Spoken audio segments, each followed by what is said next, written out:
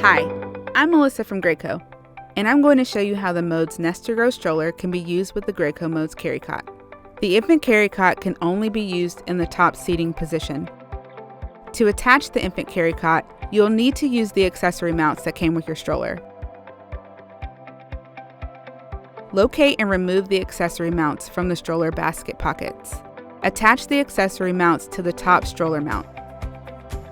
Check that the accessory mounts are attached by pulling up on them. Place the infant carrycot on the accessory mounts and firmly press down on the carrycot until you hear it click into place.